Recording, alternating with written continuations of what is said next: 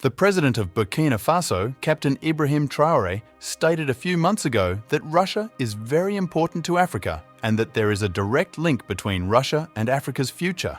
It was surprising, nevertheless, that Russia and Burkina Faso would soon begin working together militarily. Vladimir Putin, the president of Russia, thinks highly of Captain Ibrahim Traore, seeing him as a man of integrity who can lead both his nation and Africa to glory. This was illustrated most recently when the West was shocked by Russia's troop deployment to Burkina Faso. Burkina Faso finds itself at a critical point in 2024. The West African nation has had to navigate a challenging landscape of political unrest, security risks, and economic woes in recent months. From the aftermath of the military coup in October of last year to the ongoing battle with terrorist groups in the north, the nation's resilience is constantly being put to test. However, notwithstanding these difficulties, communities that aspire to stability, progress, and a better future start to show signs of hope.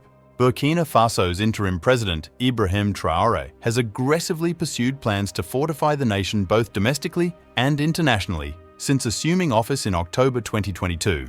After the coup in Burkina Faso, demonstrators turned to Russia for assistance, expressing their frustration with France's inability to suppress violence in the Sahel. A mob gathered in the main square of the city the day following the coup, applauding the military takeover and sending a strong statement to the world that Russia was being welcomed and France was being rejected. This abrupt appeal for Moscow's assistance demonstrates how Islamist extremism in the Sahel is challenging pro-Western democratic orders and creating new partnerships. A number of demonstrators cited Russia's engagement in the Central African Republic, where Russian troops guard the president, supervised diamond extraction, and defeated an Islamist attack just a year ago.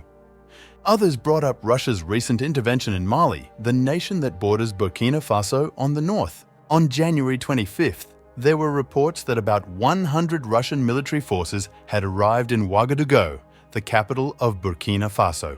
This is the country's first significant deployment of Russian forces. The deployment takes place in the middle of Burkina Faso's escalating security crisis due to jihadist insurgencies associated with the Islamic State and Al-Qaeda. The official story, as relayed by a Russian Defense Ministry-affiliated Telegram channel, states that the forces are there to secure the safety of the nation's leader and the Burkinabe people. It further said that 200 more would be sent shortly. This implies a possible role in providing local forces with counterinsurgency operations training, advice, or support. Since the withdrawal of French forces in February, Burkina Faso's developing ties with Moscow have drawn attention and sparked suspicion that the government may strengthen its security ties with Russia, akin to neighboring Mali, where Russian Wagner mercenaries were active. According to the statement, among the areas of cooperation that were discussed at the meeting between the Russian team and Burkina Faso's military side was the training of Burkinabe officer cadets and officers at all levels, including pilots. The West has been uneasy about Burkina Faso's change in allegiances and engagement with Russia, as it suggested that the country was looking for a strong ally to help it combat terrorism. Burkina Faso's goal in siding with Russia was to end the French strategy of instilling terror in order to gain influence in the nation. One of the biggest problems facing Burkina Faso's security situation has been fighting terrorism. Secret reports have suggested that France was involved in this matter, making sure that its forces were always needed. These soldiers protected French interests in Burkina Faso in a clandestine manner. Nonetheless, terrorism continued after French forces were removed, which prompted a rise in terrorist attacks to emphasize the significance of those troops. At that point, Captain Ibrahim Traore made the decision to work with Russia militarily by using the secret card he had hidden away. President Traore of Burkina Faso is exceeding the targets that his predecessor, Sankara, established. He is confronting and pushing the West by forging alliances with countries that Western powers consider adversaries. It is because of this daring approach that Traore has gained recognition as an audacious leader in Africa. Not only is his new strategy highly shrewd, but it also works pretty well. Traore has opted to stand with strong allies rather than take on Western forces head-on without any backing.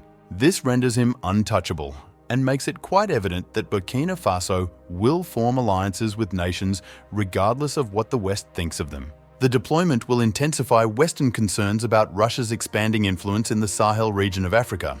where a series of coups in Mali, Niger, and Burkina Faso have installed military governments aligned with Moscow and turned the conflict with rebels linked to Daesh and Al-Qaeda into a protracted regional war. Given that military chiefs from neighboring Chad and Niger paid separate official visits to Moscow in January, more cooperation may be in the works. It is unclear what kind of personnel are traveling to Burkina Faso, private military groups, or Russian troops, for example.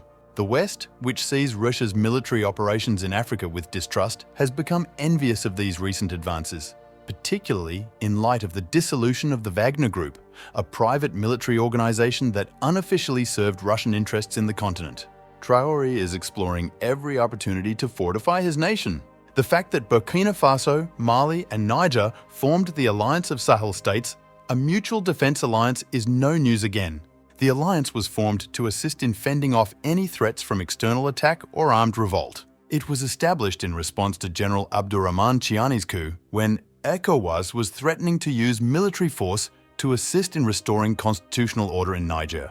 Due to all of this, these three nations have left the ECOWAS bloc. Russia has a skilled military that is knowledgeable in counterinsurgency strategies. Enhancing operational efficacy against jihadist groups could result from sharing this knowledge and providing training to Burkinabe forces. Additionally, Burkina Faso will get access to cutting-edge military hardware and weapons from Russia, which could provide them an advantage in battle. Speaking of armaments, keep in mind that Burkina Faso recently got the first shipment of state-of-the-art weaponry from China as part of its new strategic equipment plan. This event suggests a significant boost in the country's military capabilities. On January 12th, President Captain Ibrahim Traore presided over a ceremony to exhibit the recently acquired weaponry. Russia's growing influence in the region might exacerbate already existing tensions with Western countries, particularly France. By doing this, the Sahel might become a front in a geopolitical proxy war, which could have catastrophic effects on the stability of the area.